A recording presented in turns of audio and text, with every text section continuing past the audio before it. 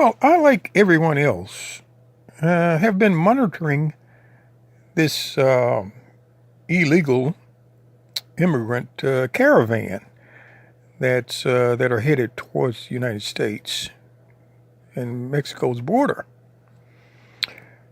And, I haven't really seen much of a solution for this. I mean, I know the president is talking about sending military there and helping to secure the borders. But, if you have 15,000 people at the border, I mean, some of those people will definitely find a way to get in.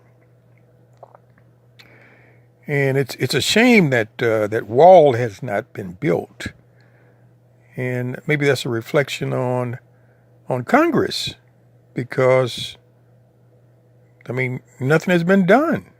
I know they've increased border patrol. They've increased the agents there to help in stopping some of the illegal immigrants from entering the United States. But what real solution has been put forth other than saying that, we're going to stop them at the border? Because this is a true test of the president's leadership. Now, if President Trump fails in preventing these people from entering the United States, it will, I think, have a catastrophic effect on his presidency. Because those of us who hope that he's able to stop these caravans from coming, if he's not successful, then rest assured that there will be others, thousands of others, coming, because they'll see this as a sign of weakness. And that's one thing that I do know that President Trump doesn't like. He doesn't like to show signs of weakness. But this could very well put a major stain on his presidency.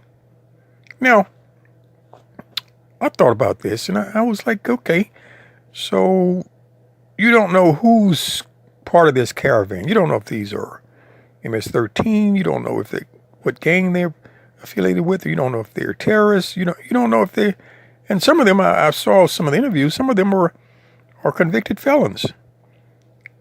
So it amazes me that the Democrats are not banding with the president to prevent this from happening. But I mean, I'm sure that they have ulterior motives, because somebody is, or somebodies, or they're financing these caravans.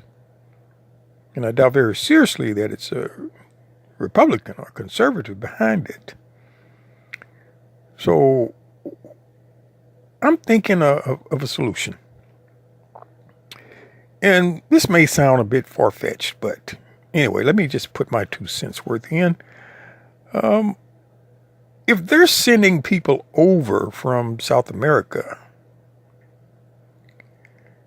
and they're going to be entering illegally, they'll be breaking the law, right? So what do you normally do when someone breaks the law? You put them in jail. You put them in prison. So why not take the hard criminals that we have in prisons in the United States, throughout the country? Why not transport them to these South American countries? Just say, look, you have a life sentence of murder, and you're a felon, and you have 30 years left to serve. But we're going to take you to South America and give you your freedom. Put them in El Salvador or Guatemala or some of these other countries that are sending these people over. So let there be an even exchange. So then after the prisons and jails are emptied to a certain capacity, then those people that are coming in, then you can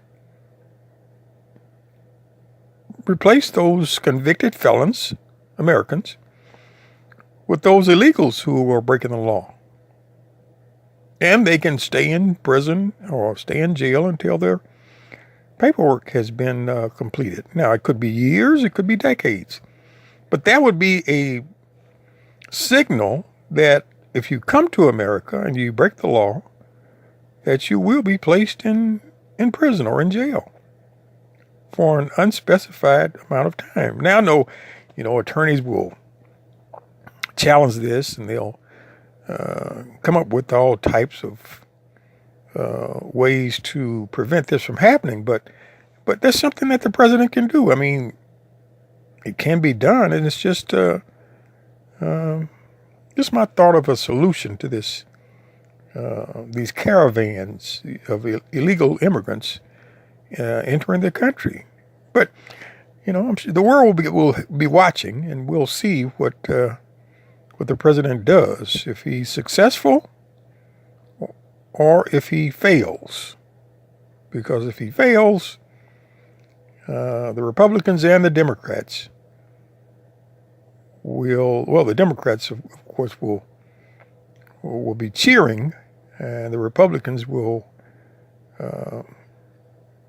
more than likely lose a lot of their seats across the country. So anyway, just something to think about.